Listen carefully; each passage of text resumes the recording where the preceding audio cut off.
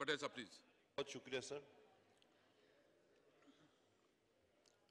मुझसे पहले हमारे मोहतरम वजीर ख़ारजा साहब और हमारे इंतहाई काबिल एहतराम एहसन इकबाल साहब ने इस दिलखराश और अफसोसनाक वाक़े पर जो बातें की, मैं वो सारी बातें इंडोर्स करता हूँ। यकीनन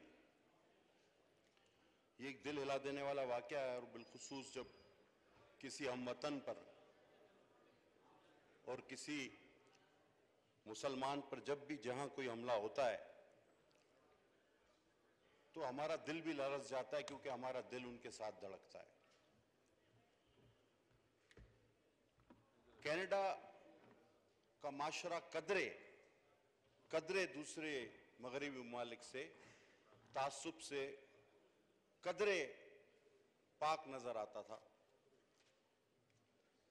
और न्यूजीलैंड भी उन्हीं ममालिक में आता था। लेकिन अफसोस है कि इन दोनों मकामात पर भी कुछ ऐसे वाक़यात हुए जिसकी जितनी भी मजम्मत की जाए कम है। जनाब वाला, इससे पहले आप एक सीरीज ऑफ इवेंट्स देखें और फिर हम अपने आप को भी देखें कि हम कहां खड़े हैं।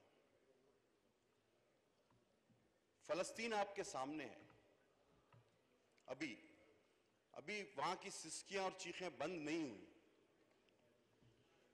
इंडिया की मां बहनें कश्मीर वाली, वो आज भी हमें बुला रही हैं। क्या कश्मीर से वो आवाजें आना बंद हो गई? क्या फलस्तीन की सिसकियां बंद हो गई? शाम, सीरिया, हर जगह मुसलमान का कत्लेआम है सर। और पाकिस्तान वो मुल्क है जो 70 की दिहाई में इस्लामी ममालिक की क़यादत करता था, और आज ओआईसी से लेकर हर फोरम पर मुश्किल से हमारी बात सुनी जाती है। हम गिनती में ही नहीं है, जो मैं साफ कहूंगा, और आपको भी पता है। तो वो मुल्क जो वाहिद इस्लामी एटमी ताकत है, जो 70 की दिहाई में पूरी दुनिया को लीड करता था, चेयरमैन जुल्फिकार अली भुट्टो चेयरमैन थे इस्लामी सरबराह कॉन्फ्रेंस के, आज वो मुल्क, ठीक है हम मजम्मत कर रहे हैं, हमें करनी भी चाहिए, लेकिन सर इतनी दबी हुई आवाज में नहीं। चलें, कनाडा से बात हो सकती है, चलें न्यूजीलैंड से बात हो सकती है, कश्मीर से बात नहीं हो सकती। जिसने कश्मीर पर हमला किया उससे बात नहीं होती, वो नहीं करता आपसे बात। इस्राइल आपसे बात नहीं करता। उसके बारे में कभी कोई वाज़े पॉलिसी हमने बयान की कि हम क्या करेंगे? सर 52 साल की मेरी उम्र है, जब मैं बच्चा था उस वक्त से दुआएं मांग रहे हैं, या अल्लाह फलस्तीन को आजाद करा दो, कश्मीर को आजाद करा दो। मुझे हबीब जालिब का एक शेर याद आता है, बहुत मैंने सुनी है आपकी तकरीर मौलाना, मगर अब तक नहीं बदली मेरी तकदीर मौलाना।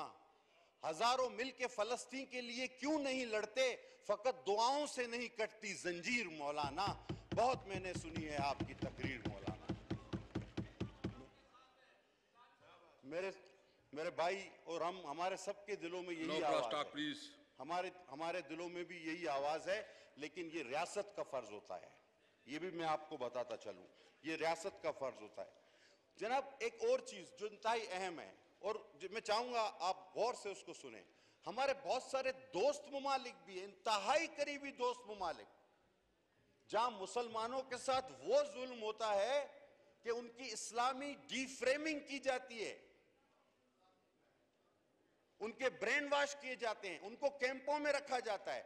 इंतहाई माजरत ख्वाहाना लहजे में उनसे भी बात कर ली जाए कि खुदा के वास्ते हमारे और आपके ताल्लुकात इतने बड़े हैं, इतने गहरे हैं, ये जुल्म तो हमारे साथ ना करो।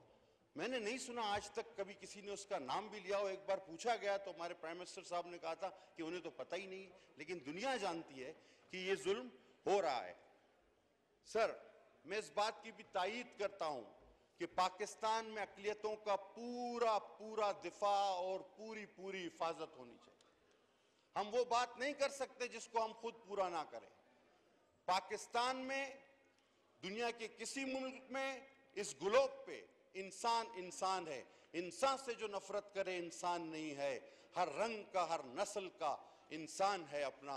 हमें सर एक एटमी ताकत होने के नाते, एक बड़ा इस्लामी मुल्क होने के नाते अपनी शनाख्त उस तरह बनानी होगी। हम आपस में लड़ रहे हैं, हम आपस में एक दूसरे को बुरा बोलते नहीं थकते, हम दूसरों की मदद क्या करेंगे? हम तो एक दूसरे को चोर और पता नहीं क्या कुछ कहते आ रहे हैं। हमने कहा किसी की मदद क्या करेंगे? हम आपस में ही नहीं बनते।